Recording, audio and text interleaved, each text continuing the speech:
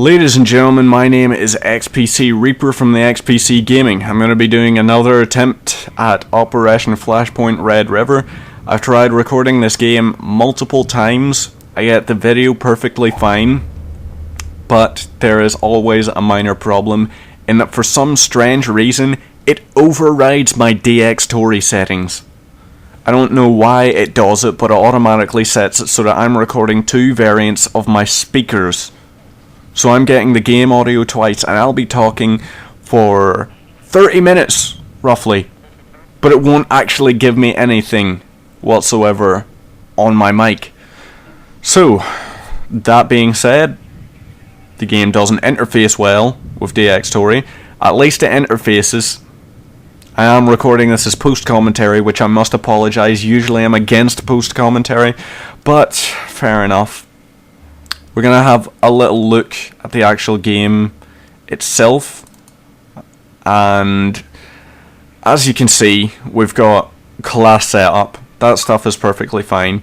In Operation Flashpoint Red River, you get 4 classes, you select each one, and as you play with that class, you level it up.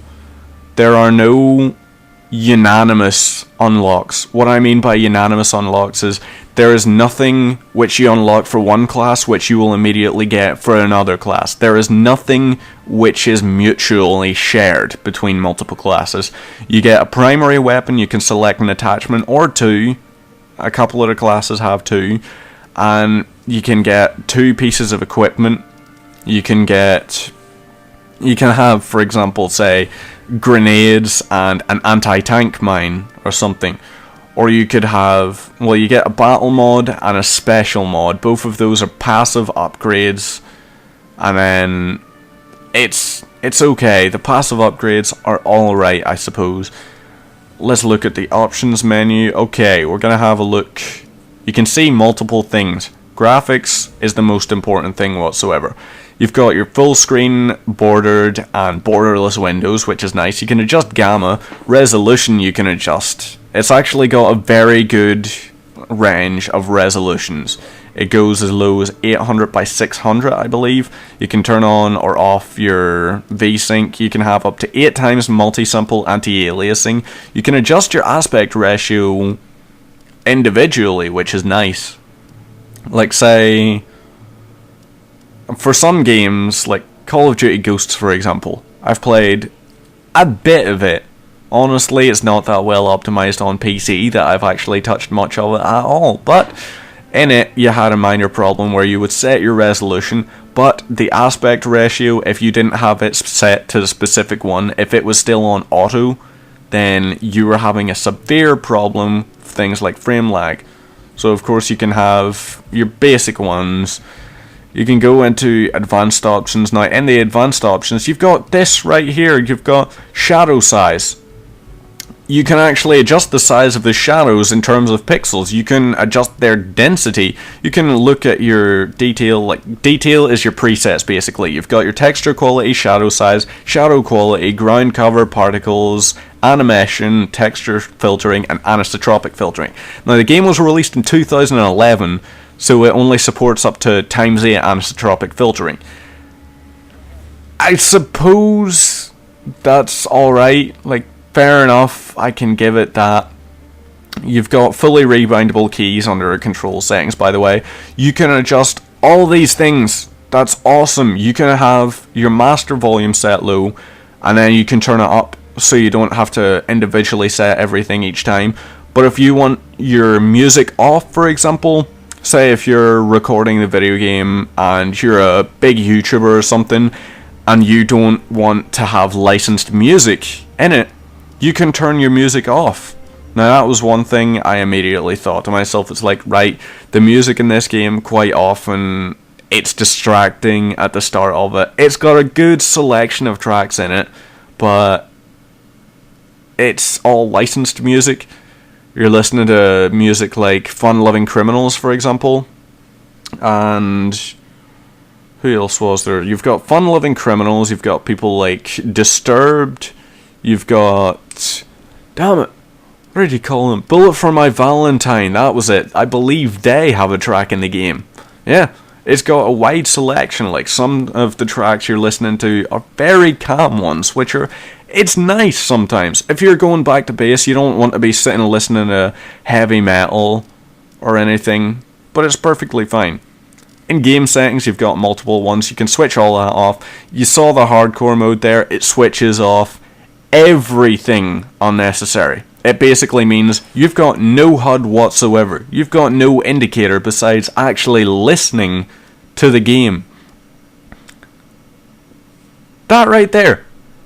It's an end user license agreement in the actual game. It's a legal thing right there. I suppose it's nice that they did it. It's something I can't say I've seen in a lot of video games, but for me, it doesn't particularly matter. You've got achievements because it is Games for Windows Live. Unfortunately, ladies and gentlemen, I know what you're saying. Games for Windows Live is awful. You're right. I'm not even going to argue with you there. Games for Windows Live is simply an annoying DRM system.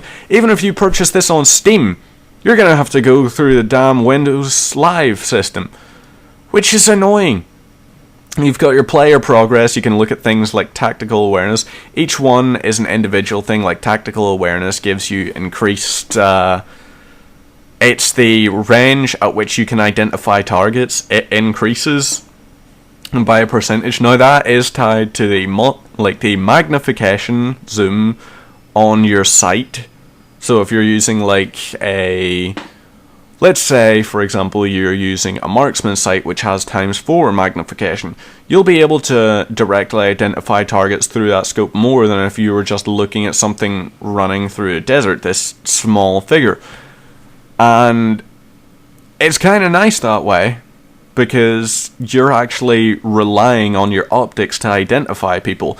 You get binoculars in the game as well, that's one thing I should say.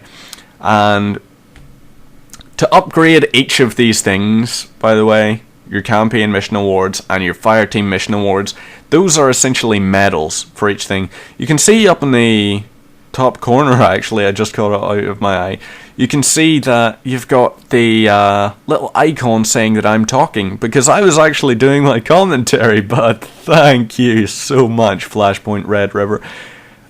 I don't know if it's going to be a problem in future. Ideally not. I've switched, I've set everything so that it will never do that crap to me again, because it's just frigging annoying. There's this thing on DxTory called Use Default Setting. I've switched it off. I've also looked at a multitude of other fixes for it, and also ideally in the future you will be getting live commentary. But campaign mission awards and fireteam engagement mission awards, you get those medals for completing objectives or achieving scores. Completing objectives, if you complete all of them in the campaign, as well as complete the game in a good time, you get a gold medal for that mission. On Fireteam Engagement Mission Awards, it's all about either how long you survive or how much score you get in an actual game. Which is nice. It rewards good play, but none of that stuff matters. Tactical awareness, honestly, 4%, there's 9 points for it, so you can go up to 40% extra on top of your identification range. That doesn't matter. The standard in it is good enough. Even if you're using a machine gun with a sight, just a holographic sight, or even the iron sights, you can still identify targets at up to 200 meters, which is, it's good. If you're trying to identify anything past that with a machine gun, you sure as hell shouldn't be trying to fire at it. You should be relying on scouts for your long range stuff. You've got assault rifle training. That increases your accuracy with assault rifles. That is important. That makes a difference. Then you can... The handling one is for how quickly you equip it, change fire modes, and reload for it. That's okay, I suppose. It's handy enough. You've got your sprint. You can run further and decreases the time in between sprinting. And then I think it goes up to 25% further increase, which is okay, I suppose, but I've not actually got to a stage in the game where I sprinted that far that I didn't have it. You've got things like battle readiness, so it's how quickly you change weapons and all. You've got endurance, which is, it reduces your encumbrance. But overall, these skills just don't matter. They're not things you look at and go, right, I need that. In all honesty, they're just completely unnecessary. Your fireteam engagements, you've got Last Stand, Combat Search and Rescue, Rolling Thunder, and Combat Sweep. Each one provides you with 2 missions, or more if you have DLC packs, and it'll give you a chance to level up. Like, sometimes in the campaign you'll be doing missions which are just ridiculously long range, and you don't have a scope which is good enough for it. You don't have a high enough magnification to be able to effectively eliminate those targets at long range. So maybe you'll need to upgrade your assault rifle handling or something, or maybe you'll need to upgrade your training for it, or tactical awareness, battle readiness for close quarters, all that stuff. But at the end of the day, it's just friggin' useless. I won't even lie. All of that stuff is just unnecessary crap. It was put in there as an artificial way of extending the gameplay of the actual game. What I mean is, by artificial, I mean there are collectibles in a lot of games. Those are ways of artificially extending the length of a game without actually extending the length of a game. It's just crap you need to go to the side for. Collectibles are basically your player progress and all. It's a way of going, right, I need to do this, I need to do all of this, because if I don't, I can't 100% the game and get the achievement for it. Artificial. Just completely artificial. In most cases, pretty unenjoyable. It's tedious trying to complete all the missions with a gold level. So as you can see, I've gone into fireteam engagement. This basically, for fireteam engagements, I did the combat sweep one here. It basically means kill everything. They give them lots of fancy names like, oh, we need a combat sweep, we need rolling thunder, a combat search and rescue, or we need you to last stand or something. Last stand is the only one which actually makes any sense, because it is very much a last stand. You're sitting there going, right, fair enough, I'm going to complete this last stand bit because, you know, that's important in some way. You feel like you're doing something.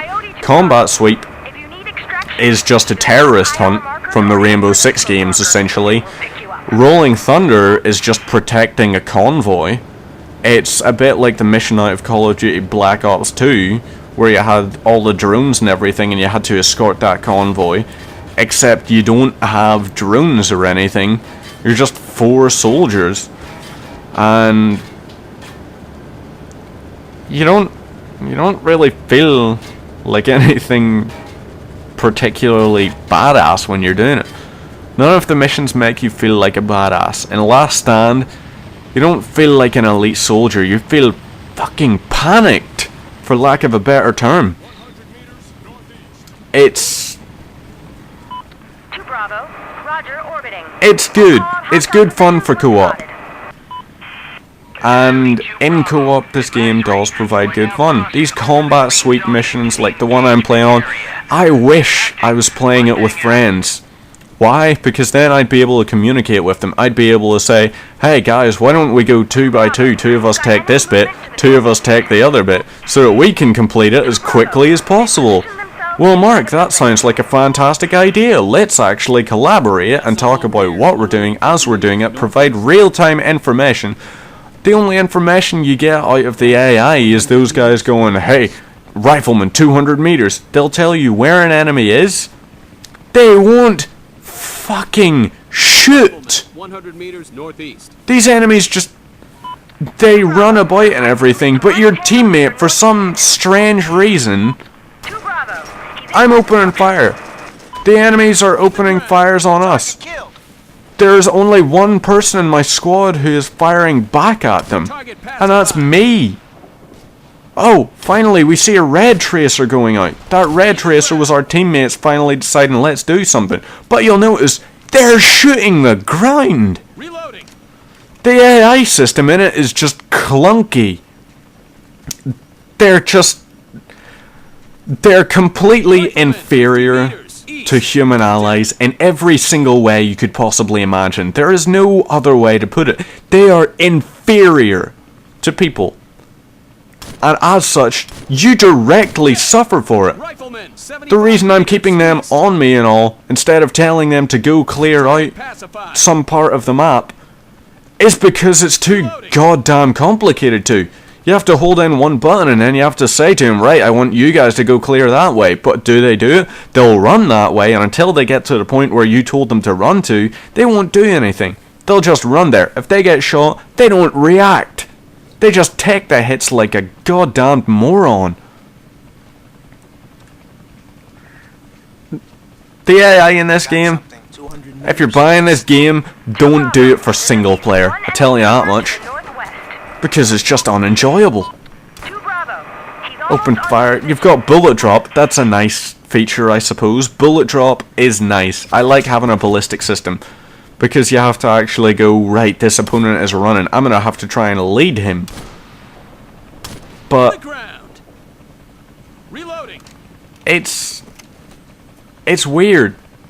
In Battlefield, you get used to leading the target, and if you're a sniper and all in Battlefield, you will directly get used to it. You start feeling more confident in your leading abilities, and by the end of, say, maybe 10 rank ups in your scout class, your recon class, sorry, you're an effective sniper. You can counter snipe enemies, you can shoot moving targets, you can probably even shoot the target out of a moving vehicle. In this, there's just no way to gauge anything. The sights are that restrictive on this rifle, but unfortunately you don't unlock another sight for the rifle until later in the game. I have to run up here and actually patch up my teammate. I have to spend time out of my schedule for killing terrorists to just go, hey buddy, here, put some bandages on that because my teammate got shot. Artificial intelligence is what AI stands for. Do these guys have any? No, they are not artificially intelligent. They are artificially stupid. They rely on you giving them orders. The only one person out of my squad, apart from me in this situation who's shooting, is the sniper. You would think at least, hey, these guys are shooting at us, let's put down some goddamn suppressing fire. Nope. It's just completely idiotic. The only one doing anything in a game is the scout class. Even still, you've got the little markings on the sight, but if your bullet goes into the top of an enemy's shoulder, the hitbox doesn't register that. You have to actually basically get a shot in the center of their head or into their shoulder, and their shoulder, I mean low down in the shoulder, like where the actual joint would be. If you shoot an enemy and it's a flesh wound, it doesn't register as a hit. On the plus side, at least when you shoot an enemy with a high-powered marksman rifle, they die. Like, you can see that right there. Red indicator. That red indicator means he's dead, Jim. But sometimes, at long range, your bullet fall off and everything, you'll get a white hit marker instead of a red one. That white hit marker indicates that you injured an opponent, you maybe incapacitated them. But there's a little stupid thing. I'm using a marksman rifle, okay? What do marksmen do? They provide accurate, long-range, suppressing, and direct fire. They are snipers. You're using a sniper rifle, a high-powered rifle designed to kill people from far away. But if you shoot a guy from 200 meters, it reduces the damage on your sniper rifle. There are snipers out there who are getting 3-mile shots. I'm not sure what the longest is. I think the longest confirmed kill or something was like...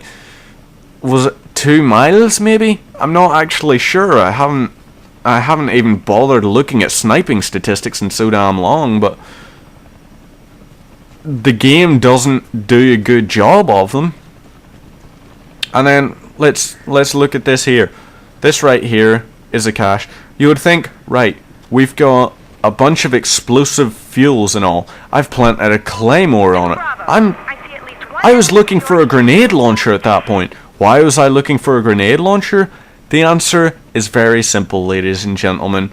Because shooting a petrol tank full of highly explosive material doesn't make a goddamn difference. And shooting a claymore, God forbid that would ever upset the proximity or anything kind of charge in it.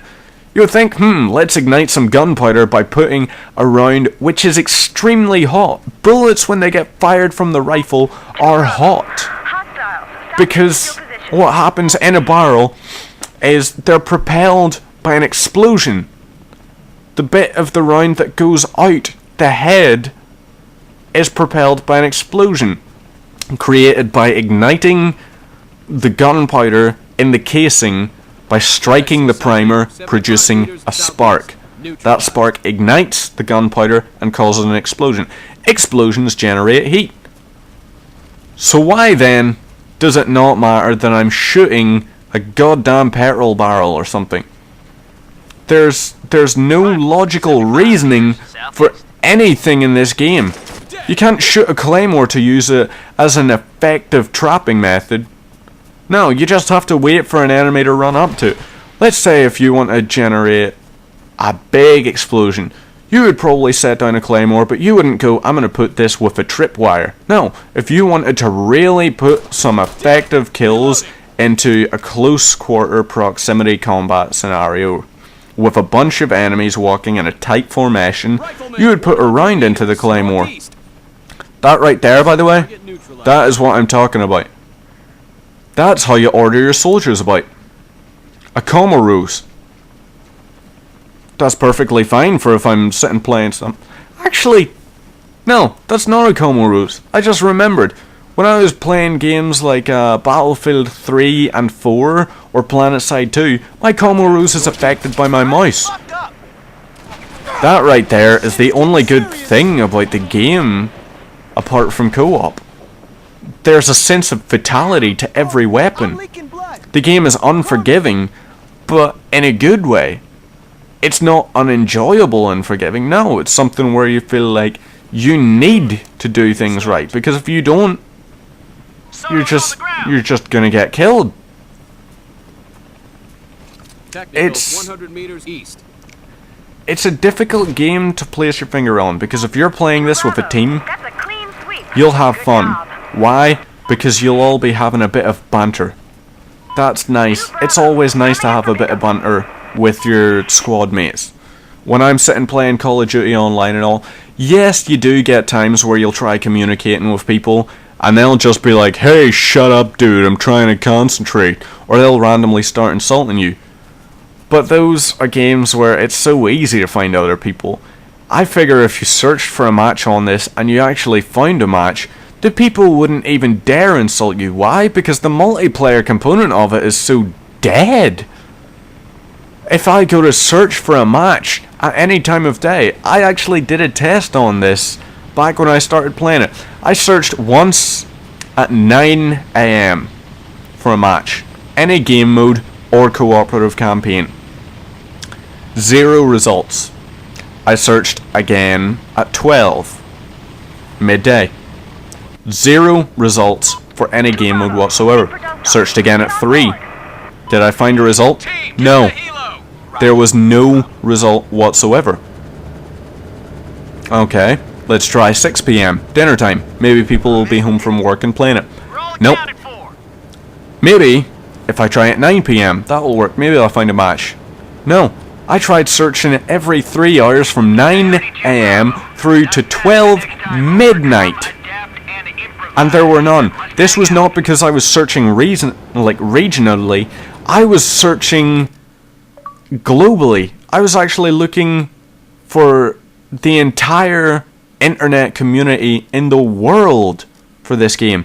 But there was just nothing. The game is unenjoyable in single player unless you're one of those people who can overlook the fact that so many of the mechanics of it don't make sense or are just annoyingly broken. By the way, you know the way I'm level 2 in this? Here's something I feel I should tell you. I was level 18 and had a sniper rifle which I had upgraded with a very high powered infrared optic. I also was carrying an assault rifle with a red dot sight, so that I could actually have a decent mid and long range combat capability. I had all my skills set up, I had unlocked the majority of the things. I wasn't level 20, so I hadn't unlocked everything, but I was close enough. And then I reinstalled Windows. I installed Windows from a 32-bit version of Windows 7 to a 64-bit version, and when I went to play this game again, I copied all my save files across. I did all the things you would normally do. It's like, right, under your user and app data, you would have some kind of save file which directly ties everything to you. Or maybe, because it's on Games for Windows Live, it would be tied to your account. No. It wiped everything I had. It removed every single weapon I had, every attachment, every bit of experience I had gained, every combat mission, all my campaign progress, everything. Why? I don't know. But this game, ladies and gentlemen, Codemasters. You're probably thinking, Codemasters are not what I would deem absolutely perfect in terms of developing shooters. They are more focused on your racing games. Like, yeah, they've produced games like Micro Machines, No Fear Downhill Mountain Biking, Toka Touring Cars series, Lord of the Rings Online, and the F1 series of video games. They do a lot of sports simulators and racing simulators. But you have to also consider one thing. Codemasters published a video game by the name of Operation Flashpoint Cold War Crisis. Some of you, actually probably most of you, if you're not a PC gamer, you won't know what that is. You won't know what it is. If I said that that game was developed not by Codemasters, but published by them, and developed instead by Bohemia Interactive, maybe it might mean something to you. Bohemia Interactive, let's give you the name of their most popular series. Arma. A-R-M-A. Very simple thing. Arma. Arma 2 has got major spotlight exposure in the past few years because of DayZ. But at the same time, Arma is one of the most realistic and enjoyable military simulators there are. In Arma, you can fly helicopters, you can drive Humvees. If you want to drive a tank, you can do that. You want to use drones, feel free. You want to fly a jet and do a bombing run on enemies, feel free. That's what you need for a military simulator. You need something which is both realistic and enjoyable. This game is not. I'm not even going to lie to you, ladies and gentlemen. This game in co-op is perfectly fine, because I can say to my friends in co-op, hey, you do this, you do that. And then I can work with them. Or maybe I can go in private chat and have a bit of a banter while I play the game. But if you're sitting playing this on your own, you're not going to enjoy it. Why? Because it's an unenjoyable game. Ladies and gentlemen, my name has been XPCReaper, producing this video game review library card episode for Operation Flashpoint Red River. The game is available for £9.99 on Steam. If you want to buy it for yourself, feel free. You can purchase it for $14.99 alongside Dragon Rising, or maybe just buy Dragon Rising. It's more enjoyable. Yeah, it's probably not worth the tenner, but it's just more enjoyable. Avoid this game at all costs. Thank you very much for watching this episode. As always, have a nice night and see you next time.